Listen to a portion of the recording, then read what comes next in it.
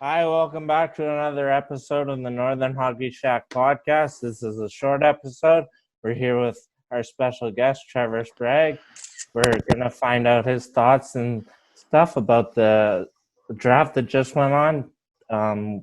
Yes, 2 days ago? Yeah, Yeah. 2 days Yeah, ago. 2 days ago. So, I don't know who has the first question, but I was going Dave, to ask. I thought it was go really ahead. weird. I don't know how often this happens, but it seemed like there was only like maybe 7 or 8 kids drafted from the BC League this year. Well, And it was 10 last year, which was a double A league. And then this year it turned into the triple A league, which was 7 players drafted this year, yes. yeah, okay. So go ahead, Ryder. Oh, so what are your thoughts on the only 7 kids getting drafted from BC League? Do you think they got a fair look this year, or Yeah, I think with that question, Ryder, it comes back to how everything got laid out. yeah, Right? Last November or 2 Novembers ago, they announced that there'd be a AAA league, a Bantam AAA league run in BC. Yeah. But Northern British Columbia wasn't a part of that yeah, when they put out that announcement. So really when we had our tryouts for our Bantam AA, which the rest of the province had theirs at the same time, we were still ranked as a AA team, even though we won provincials, that spring. yeah, And to beat 2 lower mainland teams to boot with big margin of winning in those games. So it was kind of upsetting that, hey, the AA team in Northern British Columbia won everything, but they're not allowed to go into the, Bantam AAA side, right? So we made enough of a, noise that we wanted to be a part of it. We didn't want to be left out of it. And then we wanted to bring them into Cariboo Hockey, right, and be a part of our development throughout Northern British Columbia. So we had our tryouts the same time as like Northeast up in Fort St. John. So our team, we didn't have all the players that we probably should have had at our camp at that point in time. And, it's kind of unfair when we did get Steve O'Rourke and myself ranked it as a AAA association. So then BC Hockey said, great, thanks for your evaluation. Now we're a AAA association. So come August, it's under Cariboo Hockey, AAA association for the Bantam AAAs. And then we were able to really, finalize what our team was going to look like, right? So if you noticed, we didn't have any players from Fort St. John, Chetwynd, really the Yukon, but we got some players from Yellowknife, right? And with some of those uncertainties for parents that can be patient and see what we're going to do and be a part of Cariboo Hockey moving forward, some of them were patient, some of them weren't, right? And they ended up going to academies. So you lose a couple of those players, or even people that move to a bigger center for them to play hockey somewhere else, right? So even just for Northern British Columbia, for this AAA team, we didn't get the same opportunities as all the other teams in BC, right? And even academies, we can throw that in there as well, right? So even though we're behind the 8 ball and we have to fight through politics and you could say bullshit, because we won provincials, we should have automatically been a team that should have been in AAA all along, right? Prince George overall always has been. Now you bring in the North, why wouldn't they just be AAA, right? Yeah. So in saying that, we finished, second or third this year. I think third. Yeah, third, yeah. For a team that didn't have the same opportunities as anybody else, and really we only dealt with 2 zones, right? That's pretty incredible. Now, you're gonna have kids that aren't gonna want to move away from home either. Like at 13 years old or 14 years old, sometimes kids just aren't ready to do that. I know academies have been doing it forever, but on the academy side of things, they've been doing this for a long time, and it right now, yeah, they have more kids that got drafted, 100%, because they've been doing it longer. They've grown that side of their business. we're actually only 1 year into it. And, to have 17 players in 2 years drafted, it's a start, and those numbers are always going to fluctuate. But when you want to try and build something, like if you look at Cariboo Cougars in 2004, we only had 35 kids try out, if that. Mm-hmm. Now what are we having? We're having 120, right? Like, so for our Bantam program to start building throughout BC, this, do we want to see more kids drafted? Yeah, we do. But, you even look at how it was laid out this year. I thought for the whole province, it was really good. I think it's a positive start for development. The cost is right based on how many tournaments you want to go to. That's where your cost comes in. But the way the leagues run and the opportunities you get, I think it's outstanding. I think it's a good start. And like in 4 years, we're going to have another conversation, and we're probably going to have 30 guys drafted. But it's about building something and building a program. And yeah, we're behind the 8 ball compared to the academies at this point in time. I'm gonna put that out there. But right now, like as we're running, what we're doing with Cariboo Hockey, the Bantam age group, everybody knows about us. They see us. We're at tournaments. Like the Bantam tournaments this year, you got the Bantam team went to this year. They did an outstanding job. They were always in the top 2. They were always in the semis or in the finals.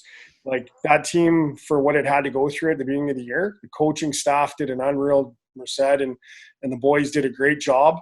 Do we want to see guys get drafted? Yeah, we do, for sure. And those guys were close. Like there's a lot of talks about them, but you're going to see those players, top 4 or 5 players.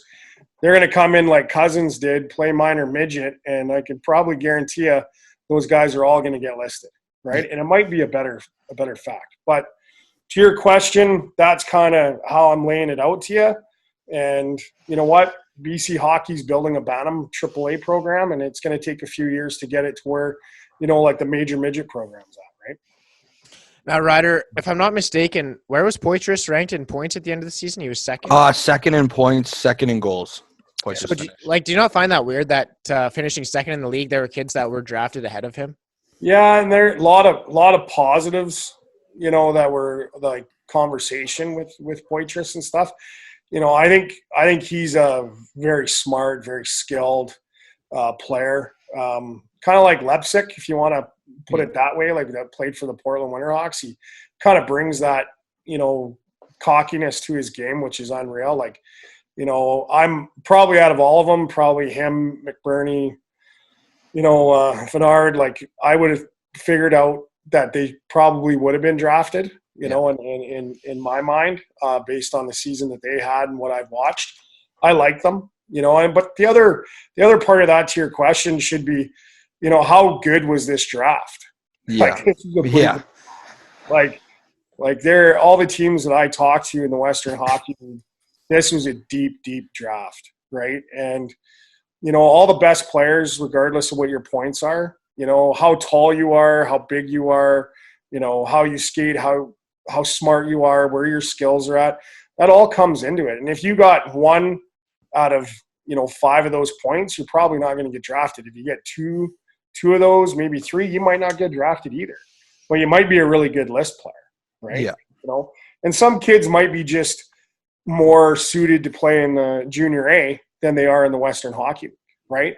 Or they're a late bloomer, right? You got, like, look at Cousins. He didn't get a sniff. Now look at him, right? Yeah. Like, Kelowna has him in the paper every second week on an article on how well he's doing, right? Like, I would say looking at their roster personally, he's, and knowing some of the stuff out there, he's a kid that potentially could have a 50-50 chance to play in Kelowna, right? Just based on his season and what they think of him. They're very high on him, right? So, and he's a quality kid, a great leader, great family.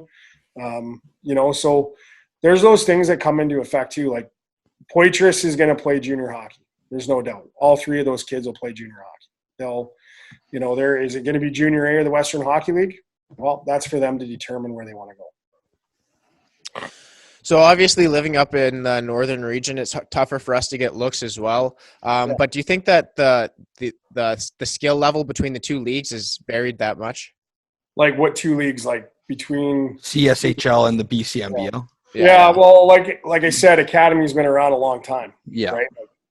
You give us the same amount of time, I'm sure you're going to see that go 50-50 or even 60-40 to us, just even on cost. Right. Like if we want to look at, academies do a good job. Like there's some of them out there that do a really good job. There's some out there that are awful, right? Like any hockey, team or organization, right? So, at the end of the day, you hear about discounts and stuff like that. Well, I don't really think academies should be doing that because it's a business, right? It should be worth the $30,000 for that kid to go and play there because that's what you've been able to put out, right? BC Hockey doesn't give a discount out, right? So, but it's also cheaper to play where we're at, right?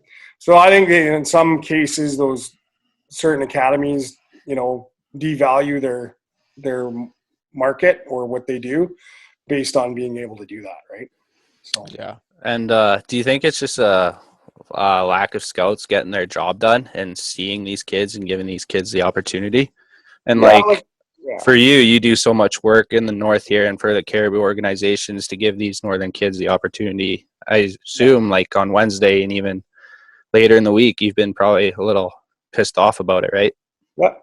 Yeah, but you know what? Like our media, Caleb, you guys have talked to him, our media staff. Yeah. Fanshaw's there too. Like we're doing more on social media than probably most teams in Canada, right? Like, they've got, the touch on, their pulse is really good on our media. Like our media in Prince George has been outstanding, over and above what they're doing. We've kind of been able to bring them into the fold, to talk about, every team that we had this past year was 6 teams, almost 120 athletes. That's crazy, right? Like and we went from 1 hockey team to 2 hockey teams to 6 hockey teams within 2 years. It's pretty crazy, right? And for us to be up here, everybody knows who we are. People watch our teams. Everybody knows what Cariboo Hockey is doing. All our AAA teams, our AA teams, like we had a great year with our female side as well. Just a couple of young ladies going to universities, right? And that's with that group, you're just going to see more and more over the next few years. AAA Bantam, you're going to see more guys getting drafted. It's just going to be a work in progress. We do a lot of social media here. Like who does a Winter Classic, right? Yeah, like who has feature games, right? Like who, none of these other organizations do what we do, right? And the community work we do. And the biggest thing is you got to be proud of where you come from. So if you want to come here and be a good person and a good student, and you want to play great hockey and be under a great organization with the coaching staffs that we have and our academy, like we have more ice time than any academy has in BC and in Alberta, right? We're on the ice 6 days a week. We're in the gym twice a week. We got our goalie sessions for minimal cost, right? Like we have Renzo Barra and RJ Barra that are there running that side of it for us, and alongside with PGSS and Polar Hockey, and nobody can question what we do and what the money is worth it. It's what 300. I think it's like $300 for all that ice. That's 3 ice times a week, a gym session. It's pretty crazy, right? Yeah. So, it's not $30,000. Maybe we're doing something wrong. Maybe we should charge $40,000. Yeah, maybe we'll get some looks. We're going to be all a lot richer, coaching hockey and running a program, right? But at the end of the day, it's about being proud to want to come and represent Northern British Columbia and go down and lay a licking on the Okanagan and the Lower Mainland. We love doing that. Like, yeah, our whole organization has sponsors that expect. That's an expectation. One of them, Kim Lodge. Yeah, you bet. Right? Yeah. You got Jack Fomanoff. That's him too, right? Like we got a lot of alumni dads that, okay, Sprague, here's some help, but make sure you're not coming back on the bus losing a couple hockey games, right? Like, but that's Northern British Columbia. Like that's Prince George.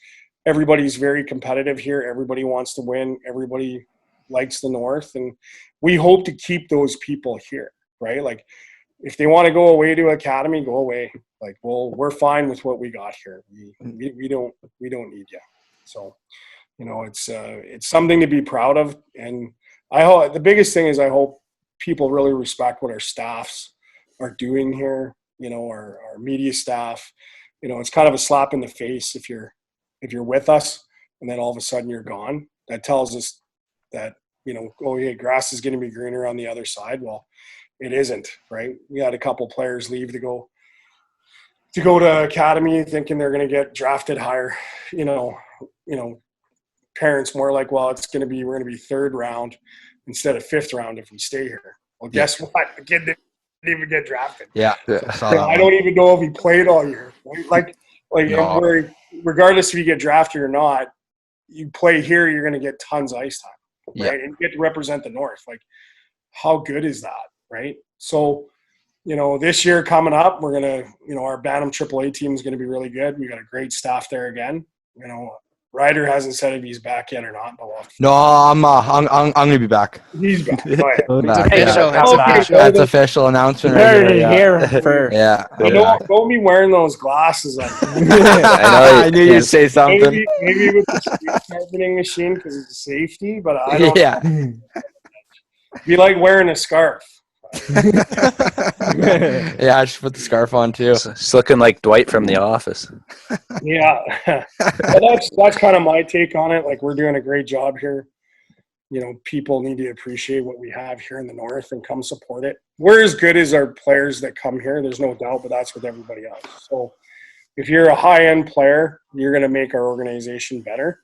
Come and earn your spot. Come and be proud of representing the North. If you don't want to represent the North or care about it, then go away. We don't need you here. That's fine. Don't take a year off of being here. Take the next 5. We don't. Yeah.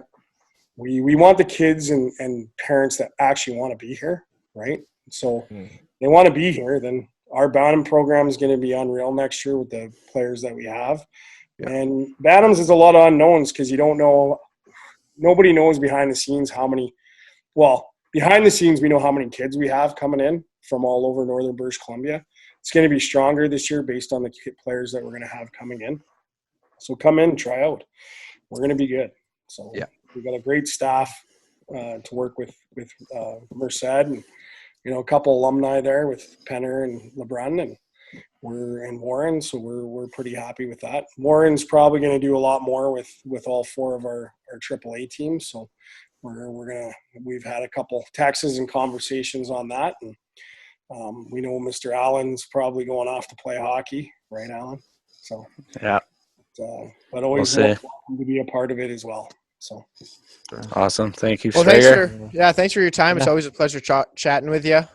How are you and the family doing, Sprague? Social distancing? Well, I'm a pretty social guy, so that's it's probably tough on you, eh? Yeah, and then I've been cooking lots, so we got a nice roast on the Traeger today. So I've been seeing the Facebook post. A lot of good meals going around. Oh, yeah.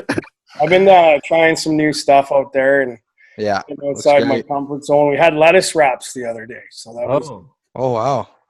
It was a little different. Yeah. Okay, well, how about this one? What's your opinion on finishing off the NHL season? Well, like finishing it off and not coming back. Well, when Hockey Canada and US Hockey cancel everything, it's pretty tough. It pissed me off because the Bruins probably would have won everything this year. Oh, they didn't want them to win except to Toronto. Yeah, I didn't want them to win the league on regular season because that doesn't work out very good. So I wanted Tampa Bay to get that again. Yeah, keeper on that, but yeah, that's if they come back, I don't know. I've been reading some stuff that they're thinking of coming back in June. I just think, start back again in September and go from there. Just start fresh. Yeah, start fresh, and you don't want to fuck it up, right? Like that even goes for us. Like, with Cariboo going into playoffs, like you look at that side of it, like we were in a right place. I don't think there was too many teams above us that wanted to play us. I think because of what we did at the Max tournament with the staff and everybody did a great job. We lost in the semis. We were close. We were there. it just showed that I think the playoffs, it was really going to be a good run for us, regardless of what happened. It would be epic games. Minor midget, Ryan had his team rocking, best team in the league there.